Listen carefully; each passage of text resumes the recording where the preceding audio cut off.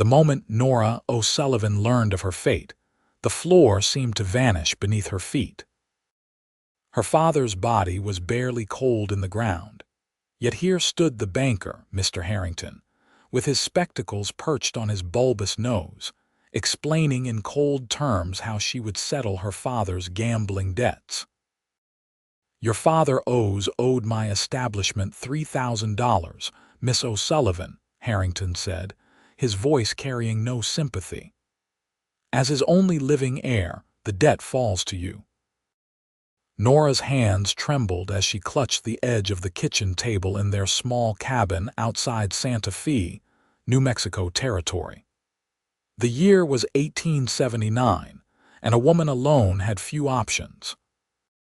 At 22, she had spent most of her life caring for her father after her mother's death from tuberculosis when Nora was just 12. "I haven't got that kind of money," she whispered, auburn hair falling across her pale face as she lowered her head. "The ranch is failing. Father lost most of our cattle last winter." Harrington's thin lips curled into what might have passed for a smile. "I'm well aware. That's why I've taken the liberty of arranging an alternative payment." When he explained the arrangement, Nora felt the blood drain from her face. Harrington had sold her to a rancher from the Northern Territories who needed a wife. She was to pack her belongings immediately and leave with the messenger waiting outside. "This is 1879, Mr. Harrington, not the Dark Ages," she protested, finding her voice and her Irish temper. "You cannot sell a human being, call it what you will, Miss O'Sullivan," he replied, adjusting his waistcoat. "I call it a marriage arrangement that conveniently settles your father's debt. Your alternative is debtor's prison." 3 days later, Nora found herself on a stagecoach headed north, her few possessions packed in a single trunk, a letter of introduction tucked into her reticule. She wore her best dress, a faded blue cotton with lace at the collar, and fought back tears that threatened to spill each time the coach hit a rut in the road. She had never met the man she was being sent to. All she knew was his name, Bartholomew Jenkins, a cattle rancher who had paid her father's debt in exchange for a bride. The stage stopped at a small trading post to change horses. Nora stepped down, grateful for the chance to stretch her legs and breathe air that wasn't filled with dust and the scent of the other passengers. The trading post consisted of a single wooden structure with a general store and a small saloon attached. As she stood watching the horizon, wondering if she could simply run, a voice startled her. "You look like you're contemplating making a break for it." Nora turned to find a tall man leaning against a hitching post. His face was partially shadowed by the brim of his hat, but she could see he was younger than she'd expected, perhaps 30, with a strong jaw dusted with stubble. His clothes were trail-worn but clean: denim pants, a blue cotton shirt, and a leather vest. A gun belt hung low on his hips. "I don't see how that's any of your business," she replied, lifting her chin. The man chuckled. "It's not, but I know a caged bird when I see one." He pushed his hat back, revealing eyes the color of a summer sky. "Where you headed?" "North," she said simply, unwilling to share more with a stranger. "Coincidence, so am I." He extended a hand. "Adam Pierce." She hesitated before accepting it. Nora O'Sullivan. Adam Pierce. The name meant nothing to her. Not Bartholomew Jenkins then, just another traveler. "Pleasure, Miss O'Sullivan." His handshake was firm but gentle. "What takes you north?" "Family." She looked away. "Not exactly." Before he could question further, the stagecoach driver called for passengers to board. Adam tipped his hat and said, "Perhaps we'll meet again, Miss O'Sullivan." She doubted it, but nodded politely before climbing back into the coach. The journey continued for 2 more days, each mile taking her farther from everything familiar. They passed through increasingly rugged territory, the land opening up into vast prairies interrupted by rocky outcroppings and distant mountains. When they stopped at a small settlement called Pinecrest, the driver informed Nora this was her destination. "Someone should be waiting for you," he said, helping her down and retrieving her trunk. She stood in the dusty main street, clutching her reticule, searching for someone who might be Bartholomew Jenkins. The settlement was little more than a wide spot in the road, a general store, a saloon, a small church, and a handful of buildings that served as homes and businesses. "Miss O'Sullivan," she turned, expecting to see an older man, weathered and hard. Instead, she found herself looking at Adam Pierce. "Mr. Pierce, what are you doing here?" He smiled, but his eyes were serious. "I believe I'm here to collect you." Confusion swept over her. "I don't understand. I'm meant to meet a Mr. Jenkins." "There is no Mr. Jenkins," Adam said quietly. "I'm the one who settled your father's debt." Nora felt a surge of anger. "You lied to me." "I wanted to see what kind of woman I was getting," he admitted. "And I wanted you to have the chance to breathe before you learned the truth. The truth being that I've been sold like cattle." Her voice rose, drawing glances from passers-by. Adam's expression hardened. "I never thought of it that way. I paid a debt. Whether you choose to honor the arrangement is up to you." "What choice do I have? Debtor's prison." "You always have choices, Miss O'Sullivan." He gestured toward the saloon. "We should talk somewhere private." Reluctantly, she followed him. The saloon was nearly empty at this hour, with only the barkeep and an old man playing solitaire. Adam led her to a table in the corner and pulled out a chair for her. "What will you drink?" he asked. "Nothing," she replied stiffly. He ordered whiskey for himself and water for her despite her refusal. When the drinks arrived, he took a small sip before speaking. "I own a ranch about 10 miles north of here. It's good land with a creek running through it. I've built it up over the last 5 years, but I've done it alone." He looked at her directly. "I need a wife, Miss O'Sullivan. I won't pretend otherwise." "And you thought buying one was the solution," Adam sighed. "I was in Santa Fe on business when I overheard Harrington discussing your situation. The way he spoke of you like property to be disposed of made my blood boil. I stepped in because I couldn't stand by and let him send you to some of the men he was considering." Nora's hand tightened around her water glass. "What men?" "Men who wouldn't treat you well," he said carefully. "I offered to settle the debt in full if he'd send you to me instead. My intention was to give you a proper home and, yes, eventually a marriage, but only if you consented." She studied his face, looking for deception. "You expect me to believe that you paid $3,000 out of the goodness of your heart?" "No," he said honestly. "I paid it because I need a partner, and because when Harrington showed me your father's locket with your portrait inside, I couldn't let you fall into the hands of men who only wanted." He trailed off. "Wanted what?" she pressed. "A woman they could control completely. A woman with no choice but to submit." His voice was hard. "I may need a wife, Miss O'Sullivan, but I want one who chooses me, not one who fears me." Nora was silent for a long moment. "So what happens now? If I don't agree to marry you, will you send me back to face my father's debts?" Adam shook his head. "No. Consider your father's debt paid in full in kisses and peace." She blinked. "Pardon. An old saying my grandmother used," he explained with a small smile. "It means the debt is forgiven. You owe me nothing, not marriage, not companionship, nothing. I'll help you find employment in town if you wish, or purchase a ticket to wherever you'd like to go." "Why would you do that?" "Because no person should be bought or sold," he said simply. "I realized that the moment I made the arrangement with Harrington. It was wrong of me." Nora didn't know what to say. She had spent the journey preparing herself for the worst, a loveless marriage to a cruel man, or worse.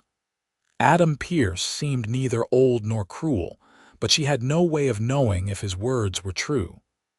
"I'd like some time to consider my options," she said finally. Adam nodded. "Of course. There's a small boarding house run by Mrs. Winters. I've already arranged for a room for you there, paid through the month. Take all the time you need." He stood, placing coins on the table for their drinks. "I'll bring your trunk to the boarding house and introduce you to Mrs. Winters. She's a good woman. You can trust her if you need advice." As they walked the short distance to the boarding house, Nora stole glances at the man beside her. He moved with the easy confidence of someone comfortable in his own skin, tipping his hat to ladies they passed, greeting men by name. The settlement might be small, but Adam Pierce was clearly known and, it seemed, respected. Mrs. Winters was a plump woman in her 50s with gray streaked hair and kind eyes. She welcomed Nora warmly and showed her to a small but clean room on the second floor. "Mr. Pierce says you're to have whatever you need," Mrs. Winters said. "Meals are served in the dining room at 7, noon, and 6. If there's anything else, just ask."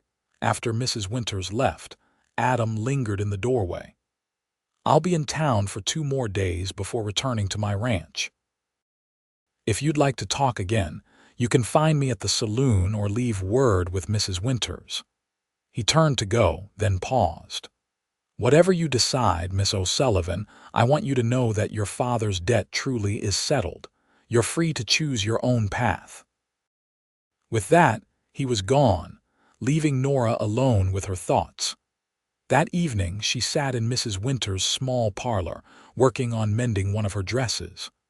The boarding house was quiet, with only one other guest, a traveling salesman who had retired early.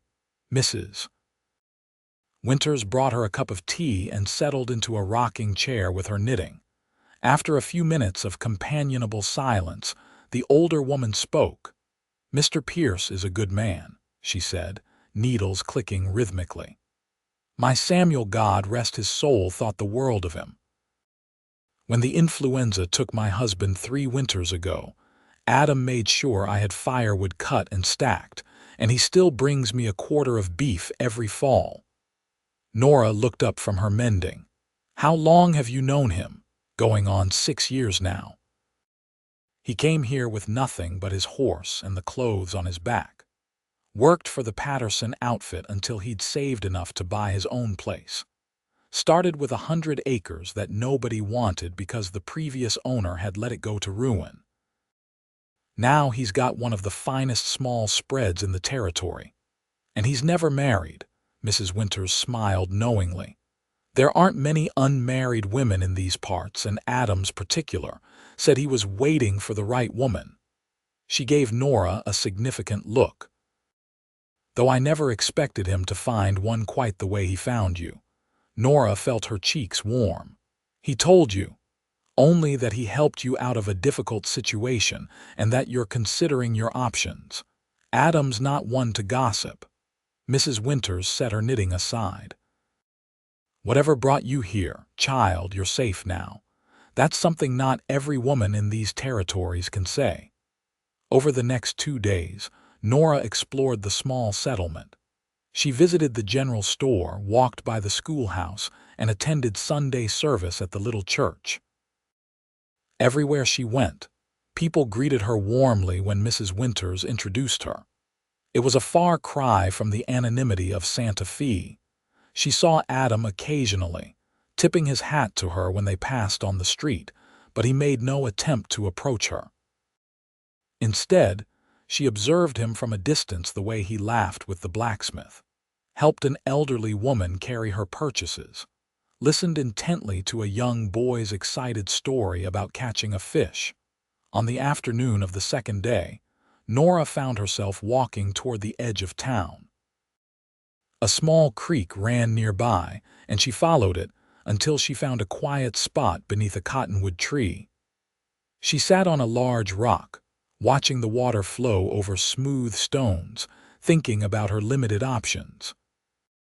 She could take Adam up on his offer of a ticket elsewhere, perhaps to San Francisco or even back east. But what would she do once she arrived? She had no family, no particular skills beyond those of running a household. She could seek employment as a governess or companion, but such positions were difficult to secure without references. She could stay in Pinecrest, perhaps working at the general store or helping Mrs. Winters with the boarding house. But the settlement was small, with limited opportunities. Or she could accept Adam's other offer, a home on his ranch, and eventually marriage. The sound of approaching footsteps interrupted her thoughts. She turned to see Adam, his hat in his hands. "I hope I'm not intruding," he said. "I saw you walking this way and thought you might like company. But if you prefer solitude—" "No, it's all right," she said, surprising herself. "Please join me." He sat on a neighboring rock, setting his hat beside him. For a moment they both watched the creek in silence. "I leave for my ranch tomorrow morning," Adam said finally. "I wanted to know if you've made a decision." Nora looked at him directly. "Why me, Mr. Pierce? There must be women in this territory who would willingly marry you without the complication of debts and arrangements." He considered her question seriously. "There might be. But when I saw your portrait in that locket, something told me you were different. There was a strength in your eyes, a determination. And when I learned of your situation caring for your father all those years, facing Harrington's schemes alone, it confirmed what I saw in that portrait." "And what was that?" "A woman who would stand by her partner through whatever came, who wouldn't wilt at the first sign of hardship." He picked up a small stone and tossed it into the creek. "Ranching isn't easy, Miss O'Sullivan. It's beautiful but hard. I need someone who understands that life isn't always fair but keeps going anyway." His honesty touched her. "I still don't know you, Mr. Pierce." "No," he agreed. "You don't. But I have a proposition. Come to my ranch not as my wife or even as my intended, but as my guest. Stay for a month. See the life I'm offering. At the end of that time, if you choose to leave, I'll arrange whatever you need to start fresh elsewhere. And if I choose to stay, then we'll court properly like people should.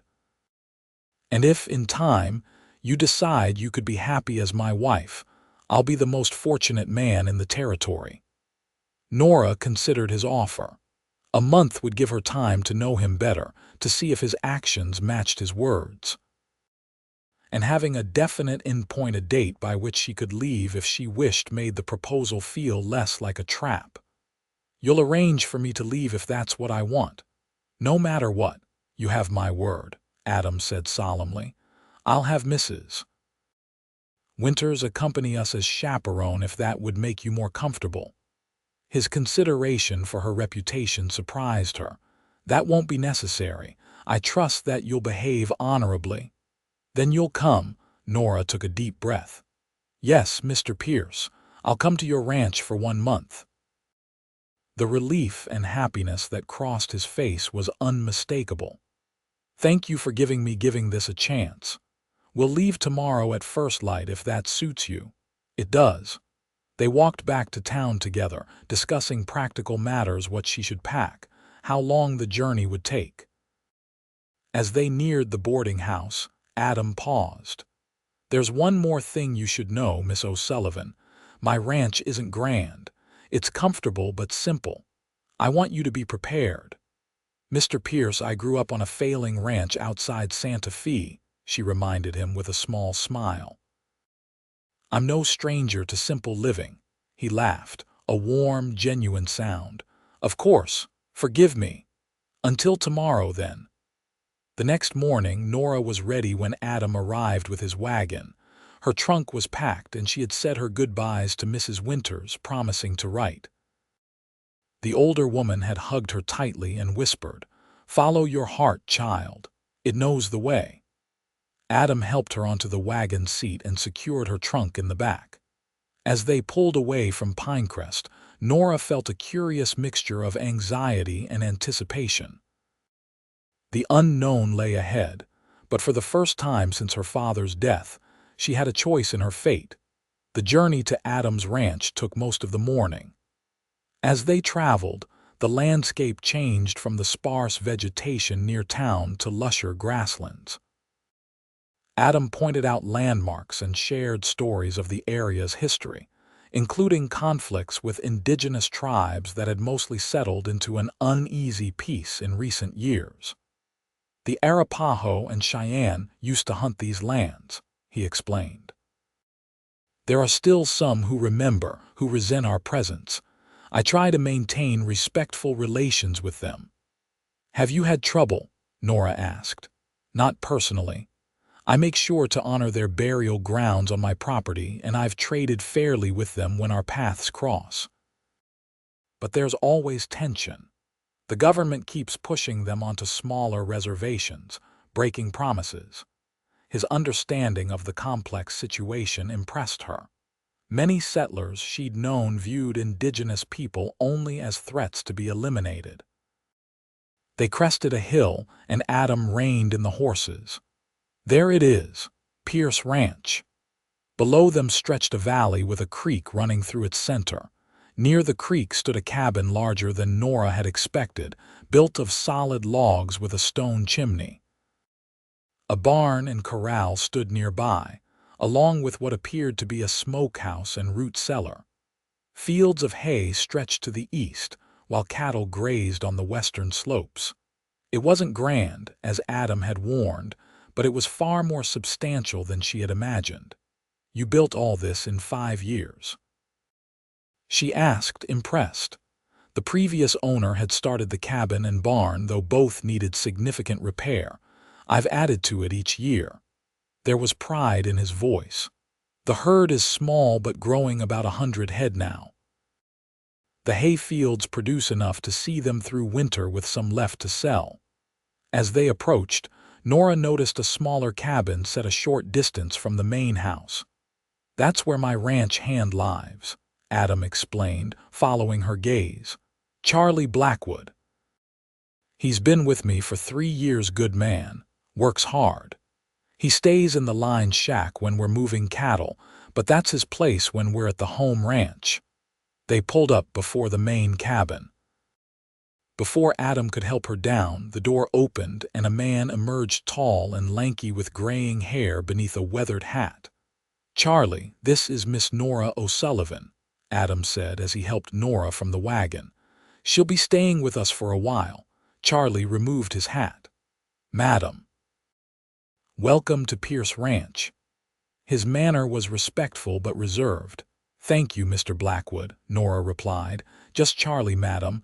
Nobody calls me Mr. Blackwood 'cept the preacher. Adam laughed. Charlie, would you see to the horses? I'll show Miss O'Sullivan around. The interior of the cabin surprised Nora even more than its exterior. It consisted of a large main room with a stone fireplace, a kitchen area with a cast iron stove, a sturdy table with chairs, and comfortable-looking furniture, including a sofa and 2 armchairs. Doors led to what she assumed were bedrooms.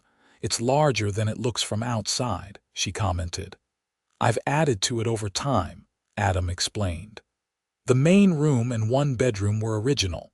I added the kitchen area, another bedroom, and a washroom last year. He showed her to a bedroom at the back of the cabin. It was simply furnished with a bed, a chest of drawers, and a small writing desk beneath a window that looked out toward the mountains. This will be your room, Adam said. My room is across the hall. I'll bring your trunk. While Adam retrieved her belongings, Nora examined her new accommodations. The bed was covered with a handmade quilt in shades of blue and green. Curtains of simple white cotton hung at the window. A small rag rug covered part of the wooden floor. It was plain but clean and comfortable. Adam returned with her trunk, setting it at the foot of the bed. I'll let you get settled. Come out when you're ready and I'll show you the rest of the ranch. Left alone, Nora sat on the edge of the bed, running her hand over the quilt. The enormity of her decision washed over her. She was alone in the wilderness with a man she barely knew, miles from the nearest settlement. Yet strangely, she felt no fear. Something about Adam Pierce inspired trust, despite the unusual circumstances of their meeting. She unpacked a few essentials, washed her face in the basin provided, and changed from her traveling clothes into a simpler dress more suited to ranch life. When she emerged, Adam was waiting in the main room. "Charlie's preparing dinner," he said. "I thought I'd show you around before we eat." The tour of the ranch took the rest of the afternoon. Adam showed her the barn with its stalls for horses and storage for hay, the smokehouse where meat was preserved, the root cellar dug into the hillside to keep vegetables cool, and the springhouse where milk and butter were kept. He introduced her to the animals: 6 horses, 2 milk cows, a dozen chickens, and a pair of hogs. "The cattle are mostly out on the range," he explained as they walked along the creek. "We bring them closer to the ranch in winter, but this time of year, they're scattered across the grazing land to the north and west." As they walked, Adam pointed out various plants which were edible, which had medicinal properties, which to avoid. Nora was impressed by his knowledge. "You know a great deal about the land," she observed. "I've had good teachers," he replied. "Charlie knows more than I ever will. And old woman Tall Pine, she's Arapaho, lives with what's left of her band about 10 miles west. She's taught me about plants that can heal and plants that can kill." They had reached a small rise overlooking the creek. Adam stopped, gazing at the water. "This is my favorite spot on the ranch," he said softly. "When I first saw this land, I stood right here and knew this was where I wanted to build my life." The sincerity in his voice moved her. "It's beautiful," she agreed, taking in the view of the cabin with mountains rising behind it, the creek winding through green pastures. "It can be hard," he warned, turning to face her. "Winters are long and harsh. Summers bring droughts some years, floods others. Cattle sicken, crops fail. There's always something needing repair." He paused. "But I wouldn't trade it for any city mansion or easy life." "I understand," Nora said, and she did. Despite the hardships of her father's ranch, she had loved the rhythm of the seasons, the connection to the land. "A ranch isn't just a place to live, it's a way of life." Adam studied her face, seemingly pleased by her understanding. "We should head back. Charlie will have dinner ready soon." Dinner was a simple but hearty affair: venison stew, cornbread, and preserved peaches. Charlie proved to be a surprisingly good cook, though he remained quiet throughout the meal, answering when spoken to, but offering little conversation of his own. After dinner, Charlie excused himself to return to his cabin. Adam poured coffee for Nora and himself, and they sat before the fireplace despite the mild evening. "Tell me about your family," Adam said, "if you don't mind speaking of them." Nora cradled her cup, staring into the flames. "There's not much to tell. My mother died when I was 12, tuberculosis. My father never recovered from losing her. He turned to drink and gambling, trying to numb the pain." She sighed. "He wasn't always that way. Before Mother died, he was different, laughed more, worked hard, taught me to ride and shoot." "I'm sorry," Adam said simply. "Grief changes people." "What about your family?" Nora asked, turning the conversation away from painful memories. Adam leaned back in his chair. "My parents had a small farm in Ohio. I was the youngest of 5, 3 brothers, 1 sister. By the time I was 18, the farm was too small to support us all. My brothers had already struck out on their own, so I headed west." He smiled at a memory. "My mother cried for a week before I left. My father just shook my hand and said, 'Make something of yourself, boy.' Have you made something of yourself?" "I'm working on it." His eyes met hers. "I've built this ranch from nearly nothing. I have good cattle, good land. But a ranch isn't complete without a family to pass it to." He held up a hand when Nora tensed. "That's not a proposal, Miss O'Sullivan. Just an explanation of why I'm at the point in my life where I'm looking for a partner." The honesty in his voice eased her concern. "Have you been back to Ohio? To visit your family, Adam's expression sobered. Once, 5 years ago, my father had died and I went for the funeral. My mother passed the following winter. My sister still lives on the family farm with her husband. My brothers are scattered, one in Pennsylvania, one in Illinois, one in California. Do you write to them, now and then? We were never a family for letters. He set his empty cup aside. It's getting late and you've had a long day. We should both get some rest. The first week at Pierce Ranch established a routine. Nora woke at dawn to help prepare breakfast. Adam and Charlie would leave to tend to the cattle or work the hay fields, returning at midday for a meal. Afternoons were spent on various chores: gardening, mending, preserving food. In the evenings, they would sit in the main room, sometimes talking, sometimes reading from Adam's small collection of books. Nora found herself settling into ranch life more easily than she had expected. The work was familiar, not unlike what she had done on her father's ranch, though Adam's property was better organized and more productive. Charlie remained reserved but polite, clearly taking his cues from Adam regarding how to treat their visitor. On her 8th day at the ranch, Nora was gathering eggs from the chicken coop when she heard horses approaching. She stepped out to see 3 riders coming up the path to the cabin. Adam, who had been repairing a fence nearby, moved to intercept them, his hand casually resting near his holstered pistol. Nora stayed where she was, watching as Adam greeted the riders. The conversation appeared tense but not hostile.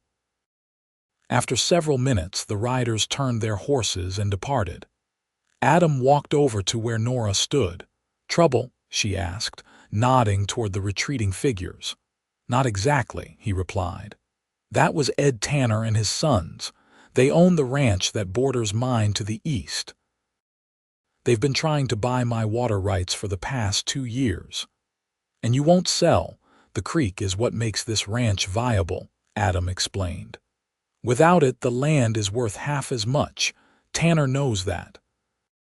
He's hoping to expand his operation by acquiring my water rights, forcing me to sell the land to him at a fraction of its value." "Is he dangerous?"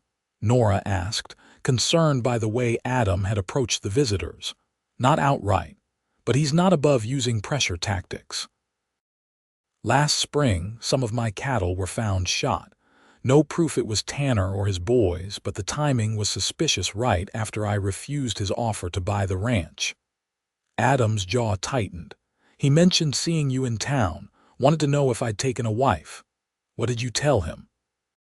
"That my personal affairs are none of his business." Adam's expression softened as he looked at her. "But you should be careful if you encounter him or his sons. They don't have a reputation for treating women with respect." Nora nodded, appreciating the warning. "I can handle myself around men like that. I grew up in Santa Fe, remember?" Adam smiled. "I don't doubt your capabilities, Miss O'Sullivan, but I'd feel better if you didn't have to test them against the Tanners." As they walked back to the cabin together, Nora realized how comfortable she had become in Adam's presence. His quiet strength, his obvious care for his land and animals, and his respectful treatment of her had begun to wear down the walls she had built around herself since learning of her father's arrangement with Harrington. That evening, as they sat before the fire, Adam asked a question he had avoided until now. "Are you happy here, Nora?" It was the first time he had used her given name, and the sound of it in his deep voice sent an unexpected warmth through her. "I am," she answered honestly. "More than I expected to be. I'm glad." He hesitated. "You've been here nearly 2 weeks. We agreed on a month for you to decide if I could be what you want for your future. But if you already know you'd prefer to leave, I'll honor our arrangement." Nora looked at him directly. "I'm not ready to leave, Adam." The use of his name, a deliberate choice on her part, brought a smile to his face. "I'm pleased to hear it." The following days brought them closer still. Adam began teaching Nora about the business side of ranching, how he kept records of cattle sales, how he planned for winter feed, how he negotiated with buyers.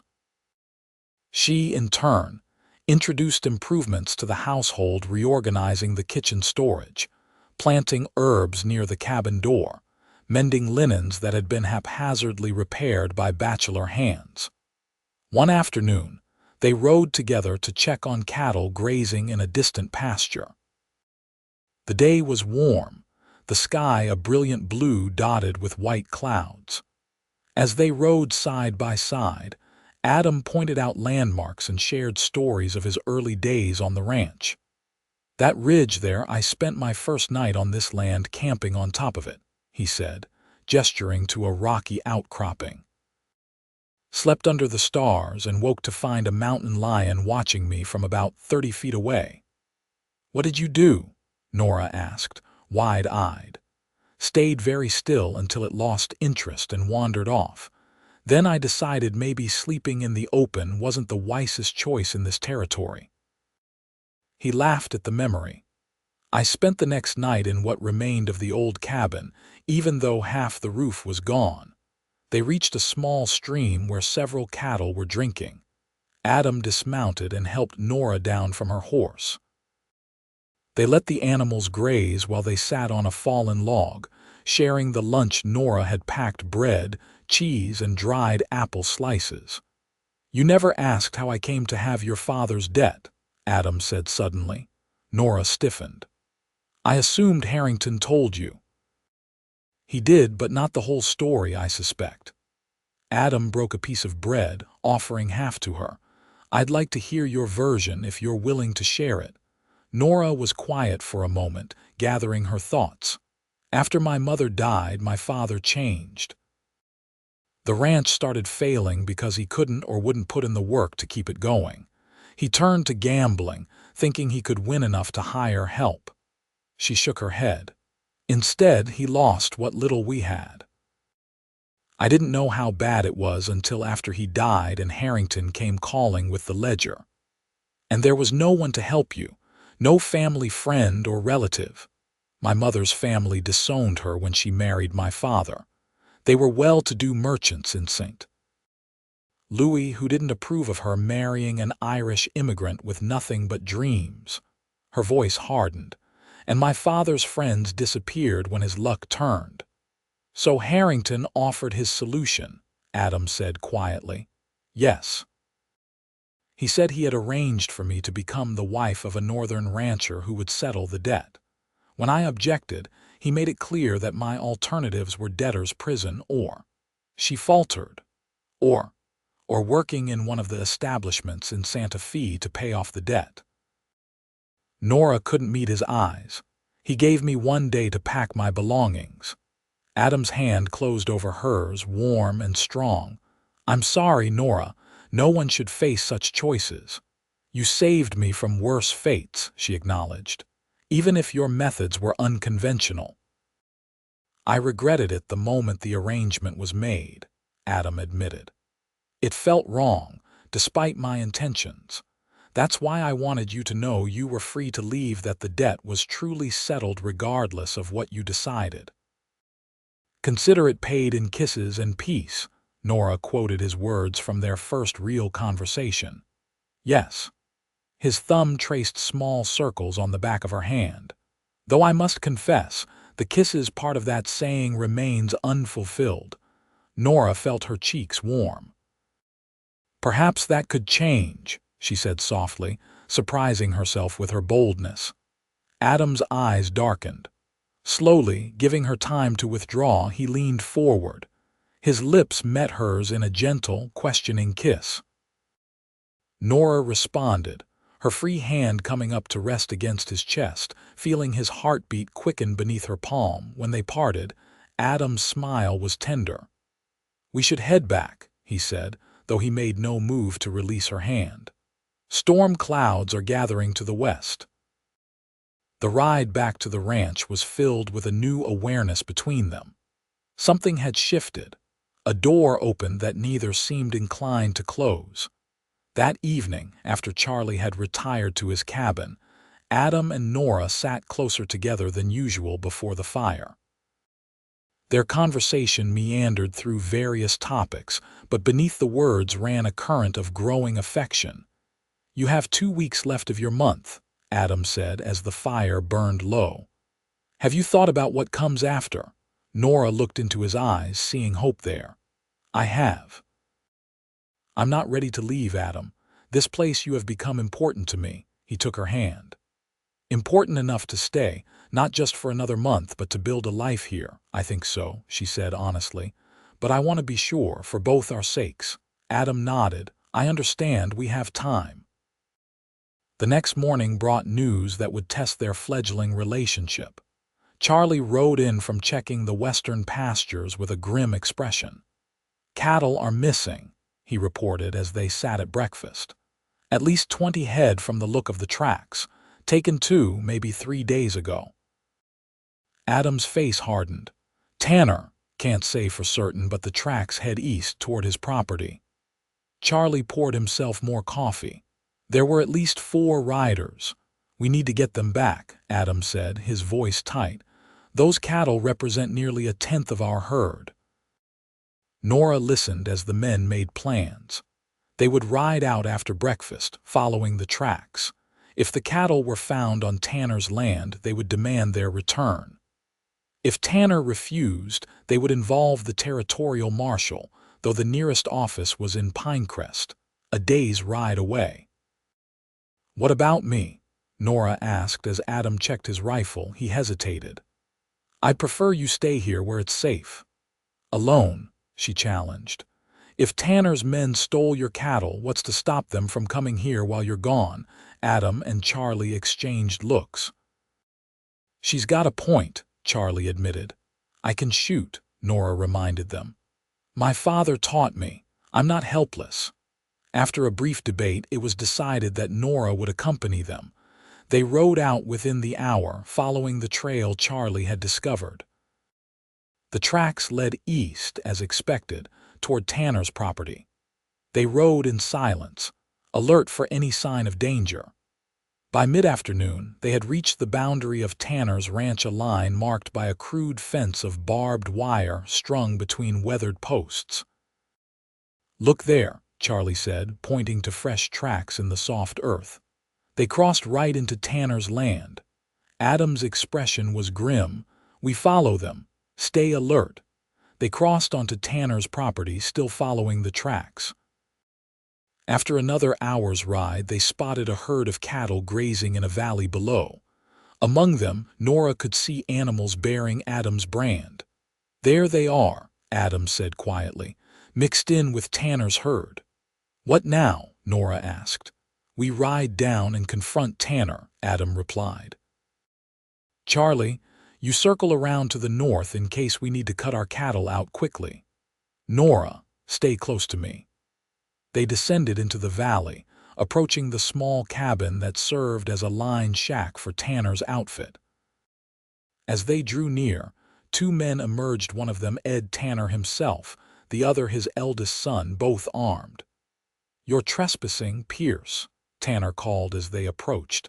Adam reined in his horse, Nora beside him. "You've got my cattle, Tanner. I can see my brand from here." "I've come to take them back." Tanner spat tobacco juice onto the ground. "Don't know what you're talking about. All I see is my herd." "We followed the tracks from my pasture straight to your land," Adam said, his voice dangerously calm. 20 head, give or take. "Return them now and we'll forget this happened." Tanner laughed, a harsh sound. "You and what army, Pierce? I see 1 man, 1 woman, and Charlie Blackwood skulking around my northern pasture." He raised his voice. "You can come out, Charlie. I know you're there." Charlie emerged from behind a stand of trees, his rifle ready but not aimed. 3 against 2, Tanner's son said with a sneer. "And one of yours is a woman." "That woman can shoot the eye out of a jackrabbit at 100 paces, Adam replied, his hand moving subtly toward his pistol. "But I'd rather not put it to the test. Give me back my cattle, Tanner. I'll even pay you for the trouble of watching them these past days." Tanner seemed to consider the offer, but his son stepped forward. "We don't need your money, Pierce. What we want is your land specifically, your water rights. Sign them over, and you can have your scrawny cattle back." "That's not going to happen," Adam said flatly. The tension was palpable. Nora's heart raced as she watched Tanner's hand hover near his holstered gun. "Perhaps we can reach another arrangement," Tanner said, his eyes shifting to Nora. "I've been looking for a wife for my youngest boy. Trade the woman for your cattle and we'll call it square." Adam's response was immediate and fierce. "The lady is not mine to trade, and if you suggest such a thing again, you'll regret it." Nora felt a surge of gratitude for Adam's defense of her dignity, even in this dangerous moment. "Then I guess we're at an impasse," Tanner said, his hand closing around his pistol grip. Before the situation could escalate further, the sound of approaching horses drew their attention. From the east came 4 riders, 3 men in dusty clothes and wide-brimmed hats, led by a 4th wearing a marshal's badge. "What's going on here?" the marshal called as they rode up. "Marshal Jenkins," Tanner said, his demeanor instantly changing. "Just having a discussion about some strayed cattle." "Is that so?" Jenkins dismounted, his deputies remaining on horseback. "Pierce, your version."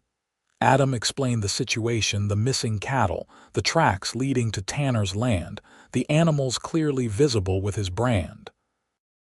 The marshal listened, then turned to Tanner. "Let's have a look at these cattle, Ed." Despite Tanner's protests, they rode to where the herd grazed. Sure enough, 22 head bore Adam's distinctive brand. "Those are mighty fresh brands on your cattle, Ed," Jenkins observed, pointing to Tanner's mark, which had been crudely applied over Adam's. "Almost like someone tried to cover up the original." Faced with the evidence and the marshal's authority, Tanner had no choice but to concede. Jenkins ordered the stolen cattle returned and informed Tanner that charges would be filed. "You're lucky I don't arrest you right now," Jenkins told Tanner. "But I need you in Pinecrest next Monday to answer for this. Don't make me come looking for you." As they drove the recovered cattle back toward Pierce Ranch, Adam rode beside Nora. "How did the marshal know to find us?" she asked. Adam smiled. "He didn't. I sent Charlie into town 3 days ago when we first noticed cattle missing. Jenkins must have been on his way to investigate and heard the commotion." "Clever," Nora admitted, impressed by Adam's foresight. "I've dealt with Tanner before," Adam said grimly. "I knew confronting him directly might lead to violence. Having the law on hand seemed prudent." They returned to the ranch by nightfall, exhausted but successful. Charlie took charge of securing the cattle while Adam and Nora headed to the cabin. As they unsaddled their horses, Adam turned to Nora. "You were brave today. Many women would have been terrified." "I was terrified," she admitted. "But I wasn't going to show it to men like Tanner." Adam stepped closer. "When Tanner suggested trading you for the cattle, I wanted to kill him where he stood." "I know," Nora said softly. "I saw it in your eyes. Thank you for defending me." "Always," he promised, his voice low. "Nora, today made something very clear to me. The thought of anything happening to you, of losing you, it's unbearable. I know we agreed to a month, but I can't wait any longer to tell you how I feel." He took her hands in his. "I love you, Nora O'Sullivan. Not because of any arrangement or debt, but because of who you are, your strength, your kindness, your spirit. I want you to stay, not as a guest or even as a courted woman, but as my wife." Nora's heart hammered in her chest. The intensity in Adam's eyes, the sincerity in his voice, there was no doubting his feelings. And in that moment, she realized her own heart had made its decision days ago. "I love you too, Adam," she whispered. "These weeks with you have shown me what kind of man you are. I want to stay, to build a life here with you." His smile was brilliant in the gathering dusk. He drew her into his arms, his kiss deeper and more passionate than their first, a promise of the life they would share. 3 weeks later, Nora stood before the small church in Pinecrest, wearing a new dress of pale blue silk that Adam had ordered from Denver. Beside her, Adam waited in a black suit, his usually tanned face clean-shaven for the occasion. Mrs. Winters had helped with the wedding preparations, insisting on hosting a proper reception at the boarding house afterward. The church was filled with people from the settlement and surrounding ranches, all curious to meet the woman who had captured Adam Pierce's heart. As the preacher pronounced them husband and wife, Adam turned to Nora with a smile that made her heart swell. "Consider all debts paid," he whispered before kissing her. In kisses and peace, their life together unfolded with the seasons. The ranch prospered under their joint care. Adam's business sense combined with Nora's practical management of the household created a thriving operation. Charlie remained with them, becoming more like family than employee as time passed. A year after their wedding, Nora gave birth to a daughter they named Elizabeth, after Adam's mother. 2 years later came a son, Michael, named for Nora's father despite his flaws for without his debts. She and Adam would never have found each other. Tanner eventually sold his ranch and moved farther west, unable to compete with the Pierce operation or to overcome the stigma of his cattle rustling. Adam purchased some of Tanner's former land, expanding the ranch to nearly double its original size. On their 5th wedding anniversary, Adam took Nora to the spot by the creek where they had shared their first kiss. "You ever regret it?" he asked as they watched the sunset paint the mountains in shades of gold and crimson. "Being sold to settle your father's debt." Nora leaned against him, content in his embrace. "How could I regret what brought me here? To you, to our children, to this life we've built." Even though it began with Harrington's schemes. "What began with Harrington ended the moment you said those words to me in the saloon," she reminded him. "Consider the debt paid in kisses and peace." She turned in his arms, reaching up to touch his face. "You gave me a choice when no one else would. You offered freedom when others saw only obligation. And you chose me," Adam said with wonder still in his voice after all these years. "I choose you every day," Nora assured him. "Debt or no debt, arrangement or no arrangement. I choose you, Adam Pierce, and this life we share." As they walked hand in hand back to their home, where their children waited with Charlie and Mrs. Winters, who visited often, Nora reflected on the strange twist of fate that had brought her to this place. What had begun as a transaction, a woman sold to settle an old debt, had transformed into the deepest love she could have imagined. The debt that had once threatened to destroy her life had instead led her to a future filled with love, family, and peace in the wild heart of the western frontier. And for that, Nora would be forever grateful.